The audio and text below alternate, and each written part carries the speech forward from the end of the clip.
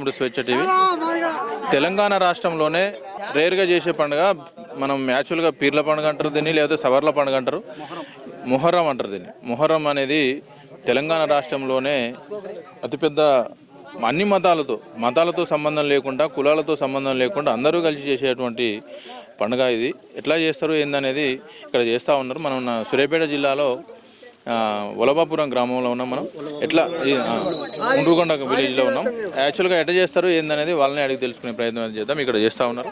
ఇట్లా మీరు ఎట్లా ఇది ఎక్కడెక్కడ చేస్తూ ఉంటారు, ఏమంటారు దీన్ని? ఇది పీర్ల పండగ అంటారు.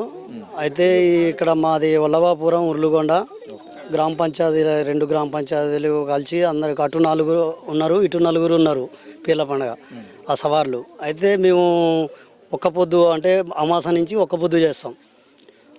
అక్కడి నుంచి అందరం కూడా ఆ సవారులందరూ కూడా పిల్లగాళ్ళందరూ కూడా ఒక్క పొద్దు చేస్తారు. 11 రోజులు నిష్టగా ఉంటాం. అయితే ఈ 11 రోజులు కూడా జరగడం ఏంటంటే 3 ఒద్దులు సర్గస్థానం ఒకటి ఉంటుంది, 5 ఒద్దుల సర్గస్థానం ఉంటుంది, 7 ఒద్దులు అని ఉంటుంది. లాస్ట్కు 10వ నాడు లాస్ట్ చేసుకుంటాం పండగ.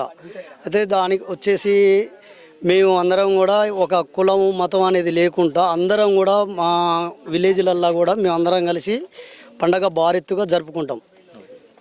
దాంట్లో మేము ముజావర్లో మేము ముస్లిమ్స్లో కూడా కలిసి మేము ఉంటాం, వాళ్ళ హిందువులు కూడా ఉంటారు. ప్రతి ఒక్క క్యాస్ట్ ఉన్నాం. క్యాస్ట్ వాళ్ళు కూడా అంత సంతోషంగా ఒక పండగ, ఒక జాతర లెక్క, మాకు ఒక ఉర్సు లెక్క ఈ సంవత్సరం వచ్చిందంటే ఇప్పటి నుంచి కాదు, మా తాతల కానించి కూడా 150 సంవత్సరాల నుంచి కూడా 2 గూడాలు కూడా మంచిగా ఐకతంగా పండగలు చేసుకుంటారు భారీగా.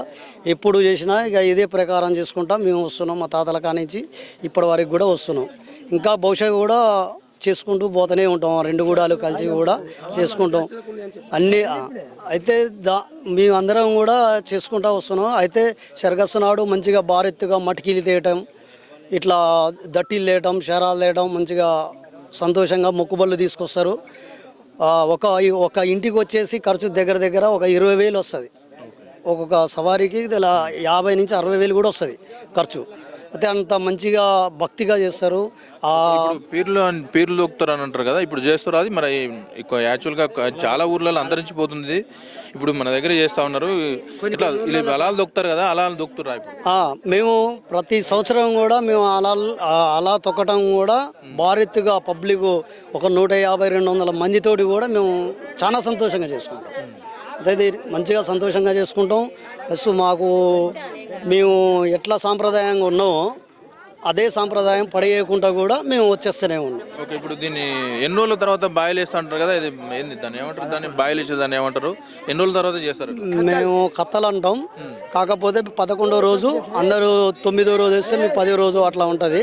మేము ఎప్పుడు రాష్ట్రం అంతా ఒక రోజు ముందు అవుతుంది, ఒక రోజు మేము వెనక్కి వేసుకుంటాం. మాకు తంగేళ్ళ చరిత్ర అని అప్పటి నుంచి అదే మా తాతల కాంచి అదే పరిస్థితి ఉంది. మేము కూడా అదే పద్ధతిగా చేస్తున్నాం పండుగ. ఇక దాన్ని చేసుకొని లాస్ట్ 11వ రోజు ఒక సవారికి వచ్చేసి ఒక దేవుడికి వచ్చేసి 3 నుంచి 4 ఆటలు కోసుకుంటాం. ఇట్లా దీనికి సవార్లకు పేర్లు ఉంటాయి. ఏం పేర్లు ఉంటాయి? ఒకటి సవార్లు ఇమాం కాసిం, సల్మాన్ సవారీ, మదార్ హుస్సేన్, రొడబ్ హుస్సేన్, గజ్జల్ సవారీ, హస్సేన్ హుస్సేన్, బి ఫాతిమా, వీళ్ళందరూ ఉన్నారు. మాకు 8 మంది ఉన్నారు దేవుళ్ళు. 8 మందిని 8 కుటుంబాలకు సహకరిస్తారు. ఏంది ఆ పేర్లు ఏంది అసలు? అంటే ఇమాం కాసిం, సల్మాన్ సవారీ, బి ఫాతిమా, రొడబ్ హుస్సేన్, గజ్జల సవారీ అంటే వీళ్ళు పేర్లు, అతని ఆ దేవుడి పేర్లు అవి, దేవుని పేర్లు అవి.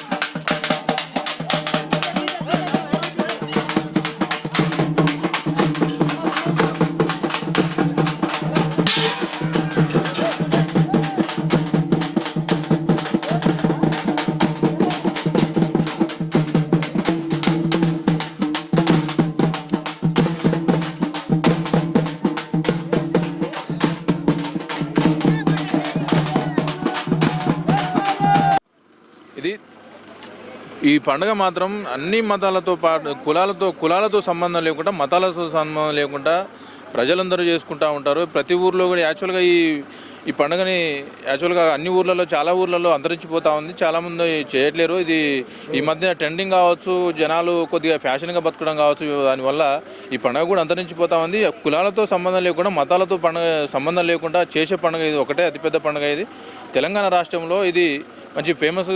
ఇది తెలంగాణ రాష్ట్రంలో ఎక్కువగా చేసుకుంటూ ఉంటాం.